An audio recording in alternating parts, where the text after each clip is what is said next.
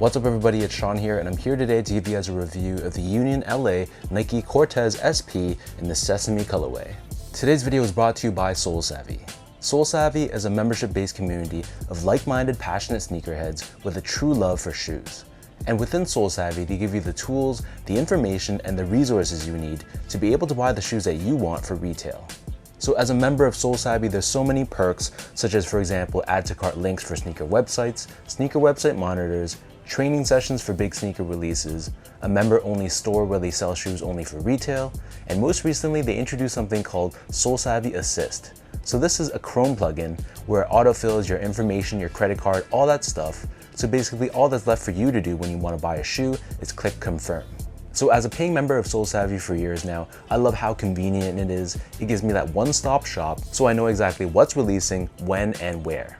So if you guys want to learn more about Soul Savvy and potentially become a member, be sure to check out that link down below, which I've added in the description box. So for today's video, we'll be taking a closer look at this Union LA Nike Cortez. These dropped a couple weeks back on Union's website, and they drop alongside a black colorway as well. And then this was followed up with a wider release where both pairs were available at most major sneaker boutiques. So the Nike Cortez, as you guys know, is one of the most iconic Nike shoes of all time. Originating in the 1970s, this year is actually the 50th anniversary of this shoe, which makes sense why Union decided to collaborate on this specific silhouette. So these retailed for a price of $130 US or 170 here in Canada. The colorway for this shoe is Sesame, Pink Clay, and Dutch Green.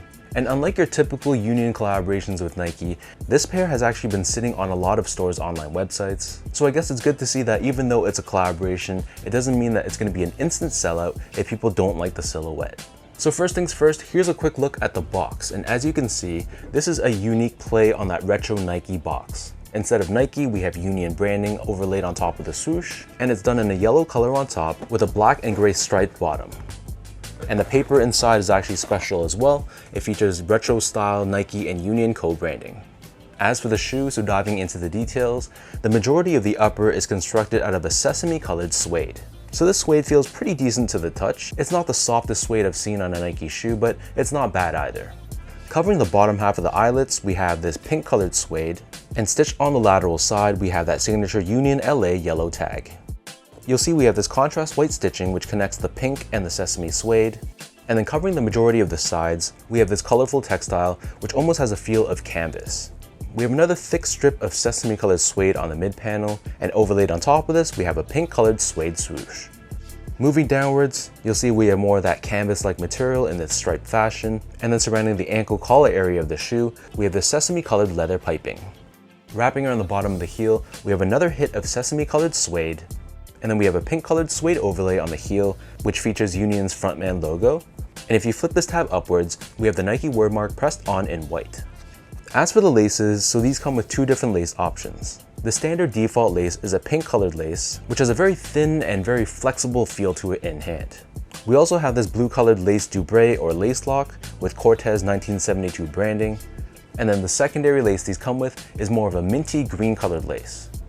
Underneath this, we have your traditional nylon tongue, which is done in this yellowed vintage looking finish, and we have this pink colored tag on the top with Union and Nike co-branding. And on the sides of the tongue, you'll see it has this unfinished look to it, exposing the foam within. Moving on to the interior, you'll see that suede that we saw earlier on the heel, this wraps up and over onto the inside. And then as for the insoles, these come with a cork line insole with Union and Nike co-branding stamped throughout. And then surrounding the back of the shoe, we have this rubber heel clip, which gives you added support and structure for the back end of the shoe. So the upper of the Cortez sits atop this crater foam midsole, which is partially constructed out of recycled materials. So the foam has a very unique look to it. It has these holes throughout, along with multicolored speckles found throughout the foam. And then taking a look at the bottom, the outsole here is constructed out of Nike Grind, which is once again made out of a portion of recycled materials, but visually the traction pattern is the same as all your other Nike Cortezes, and we have this Nike logo right in the middle. So that breaks down the look and the construction of these Union Cortezes. And for those wondering about sizing, so to me, I felt like these ran like most of my other Nike Cortezes that I've tried in the past, so I personally prefer to go a half size up. So I'm a true size 10, slightly on the wider side. I got these in a 10.5, which I thought fit me well from a width perspective, and they were a little bit long from a length perspective, but in general, I feel like the Cortez is more of a narrow fitting shoe. So if you do have slightly wide feet or really wide feet, you definitely want to size up. The problem for me is this area right here. Even by going half size up, I can already feel the size of the shoe touching the sides of my feet, and going true to size would have been way too snug. But your mileage may vary. If you have more of a narrow foot, you can probably go true to size, but just based on my experience, going that half size up fit me well. Next up, in terms of the comfort, so the Cortez is a very basic feeling shoe. There's no real tech within the sneaker other than the foam. So with that said, you can still feel some of that foam cushioning underfoot, but it's really nothing special. It feels very flat and low to the ground, and it's not particularly a shoe that I would say is that comfortable. But if you like more of a firm and stable feel on feet, then you might like these. But for me personally, I don't find them to be that comfortable. Last but not least, in terms of the overall quality and the craftsmanship, so I gotta say the material quality was decent. The suede's, like I said, was good, but it wasn't great. But I like the different textiles that they used, and it was a nice blend and mix of materials. And similarly, from an overall build and craftsmanship standpoint, it was solid. There weren't really any flaws that I could see. So I thought this was a pretty solid release from Union and Nike.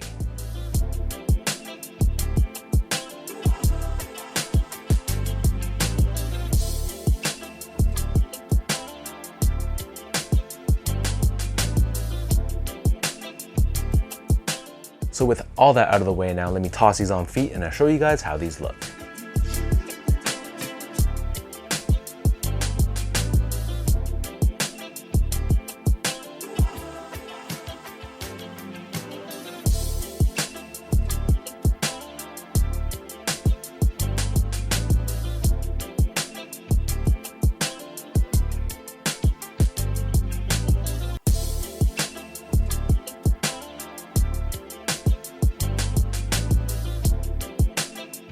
I'll be the first to admit the Cortez has never been my favorite silhouette. It's just one of those shoes I never felt looked good on me, so I can count on my hands the number of Cortezes I've ever bought in my life. With that said though, as a collaboration, I think they did a decent job. I think this specific colorway was pretty nice. I like how the tan and the pink hits really complement each other, but as you can see, my collection is getting out of hand, so I really gotta be a lot more choosy and more selective with what I keep in my collection, and unfortunately, I don't think these will make the cut. But let me know in the comment section down below what you guys think about this Union and Nike Cortez in the Sesame colorway. What are your overall thoughts on this specific pair? And between this one and the black colorway, which of the two do you guys prefer? If you guys like this video, be sure to like, comment, and subscribe to my channel if you haven't yet. You can follow me on Instagram as well at esco8. Check me out on Twitter at sean.go, and visit my website as well at seango.ca. So until next time, thank you so much for watching. Hopefully you guys enjoyed this video, and I'll catch you guys all in the next one.